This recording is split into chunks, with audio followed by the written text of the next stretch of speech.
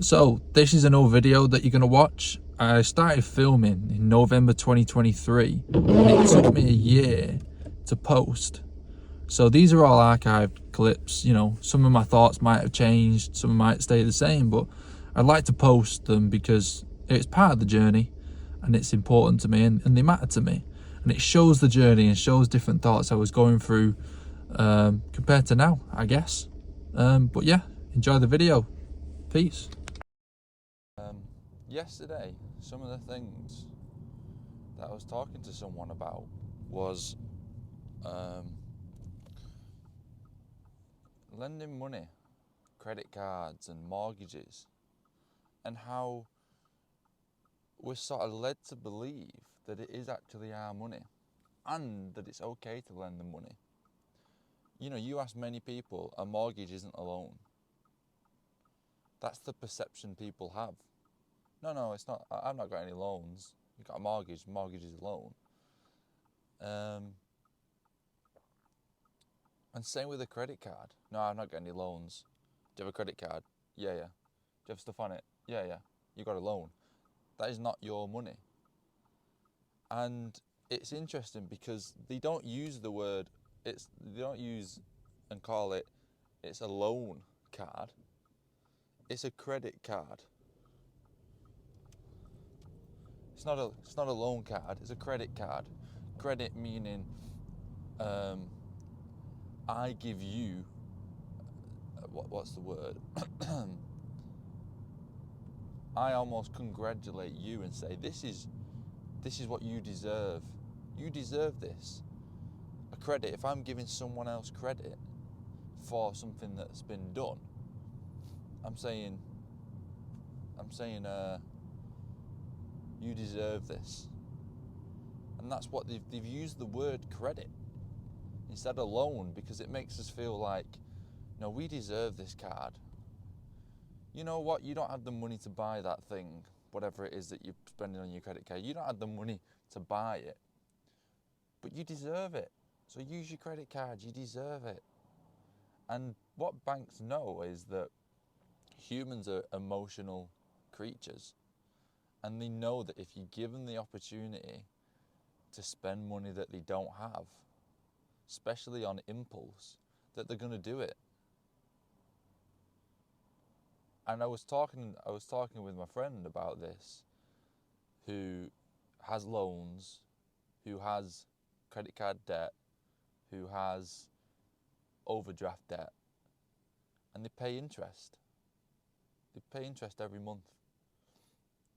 Yet they save money into a bank account for the future, because you need savings. But what people get convinced into is that that's not money, and that's not their money. So I'm going to save over here, but I'm still going to have these loans that I'm going to slowly pay off every month. Not the fact of, no, that's not your money. You've spent money that's not yours. So that money you're saving is pointless because you owe it over here. And it's crazy how some people can get into that mindset of taking loans and using credit cards and, being in debt, especially because life's hard. Life gets tough with money. Everything's expensive. Especially the things that we want emotionally. When you make an impulse purchase, it's what a credit card's beautiful for, an impulse purchase. When you don't have the money right now, but you want that thing right now, people don't realise the hard truth is you've not earned that thing right now. If you didn't have that credit card, you could not get that thing right now. And what it does is it teaches us to indulge in the short pleasures. It teaches us to indulge in the impulses that we can't actually manage. And the thing is, if we just didn't indulge in those things, we would probably find a solution to actually achieve whatever the item is that you would want, the money that you need. You would find a way to achieve it. So the credit card is actually hindering you, because, you know, this came up in the conversation yesterday. It's like, right, after having this discussion and saying, you know, don't be loaning money, it's not your money. Yeah. Are you going to get rid of your credit card? No. And it's like, well, why? Why are you not going to get rid of your credit card? None of it's gone in because you don't see a credit card as something negative. And what that credit card is doing is it's not giving the opportunity to become better, to earn that money. Because if I have weeks upon weeks upon weeks of unhappiness because I can't buy the things that I want, I'm going to change. I'm going to find a solution. That's what humans do best. We find solutions. So you're going to find a solution. You're either going to earn more money or you're going to save more money. Or you're going to find it somewhere. And if you don't go through that, and it also is teaching you patience and teaching you to delay gratification. So after all that, no, I'm not getting rid of the credit card because, that's what I was saying, because it gives me a benefit. It increases my credit score. So for when I buy a house, when I loan some more money, I can loan more money. Yet the banks have convinced us, no, you get a credit card and your credit score will go up and it's great. It's good for you, so it's a benefit. A bank is selling you a credit card. It's selling you one of their own products and saying it's great. If that was anything else, if you went to Morrison's or, you know, any supermarket and you picked up a Mars bar and then you went to the counter and they say, oh, you want a Mars bar? Well, if you buy some fruit and some salad and some meat and stuff like that and become healthier, you'll be able to buy more Mars bars. And it's like, well, that person wants the Mars bar. That person clearly hasn't got the infrastructure and the stability to have a healthy diet. Don't know if that one's a good example, but we'll roll with it. But, you know, they're saying to you, yeah, we need to see if you can loan some money and trust you. But really what the banks want is they want those people that loan money and just struggle to pay it back, but keep loaning money. They don't want the people that don't loan money. The people that loan money and then pay it off straight away, or, like I said, not loan money at all. They don't want those people. They don't want those people that are responsible. They want a little bit of irresponsibility in there so they can earn a bit of money off you. And people are convinced with this credit score, again, a credit, using the word, you deserve this score. You've done well, you deserve this score to be able to get a bigger mortgage for your house. But it's like, I get it if you're at your means. I get it if you've got no opportunity to increase your wage or increase your income, which you do. You'd figure it out if not. But let's say you don't. Let's say we're being lazy and you don't. You've hit that point at work where you can't get another raise. Really, you're at, or not another raise for at least 3 or 4 years or whatever. Yeah, credit cards might increase your score by a bit if you're needing that extra 50,000 on your mortgage, maybe.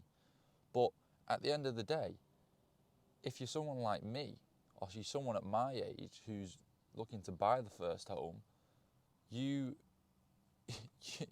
thing is, you probably can't afford a bigger house.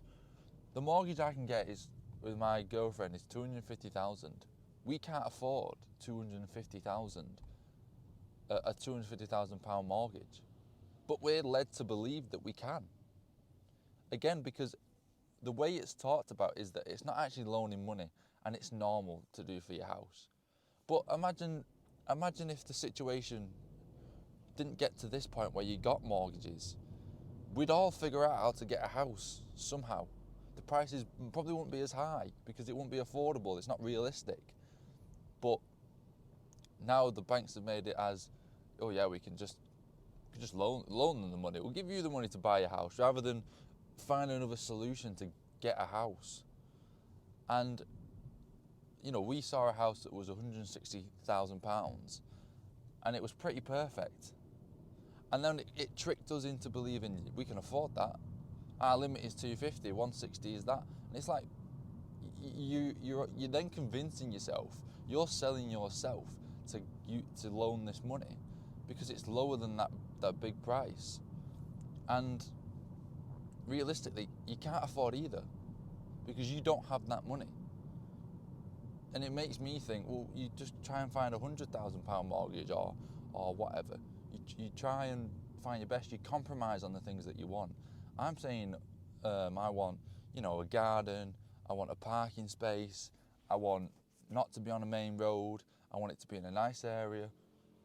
Well, you don't have the money for that, for those requirements. So you've got to compromise and you've got to either manage life or deal with life in a different way where you don't have those things or you find different opportunities. But because I'm led to believe that I have all this money that I can loan, which isn't my money, which is a loan that I've got to pay back, and that the bank own my house, and I'm sold it in a way where it's normal, everyone does it, everyone gets a mortgage, it makes you believe that it's your money and you don't compromise and you don't work harder, you know what I mean, and earn more money and grow and be greater in life. And it's crazy. I mean, I had a credit, yesterday talking about this, I still have my credit card. And I sit there and I say, what am I talking about? I'm trying to convince someone and I'm judging someone for having a credit card, but I have one myself. And, after even saying it all out loud, and these are the first times I've thought these things yesterday. This morning I got rid of my credit card. I got rid of it. I don't need it. What do I need it for? Credit score. That's the only answer. Credit score. But I don't need it. I've got, if I can't afford the house with the mortgage that they're giving me, then I don't need a credit card to increase that money that I can't also spend. It is crazy. I mean, I might be wrong about it, and I'm not a financial advisor, and I'm not a millionaire, a billionaire, and great with money, but I feel more comfortable not loaning money. But yeah, I'm at work now, so peace.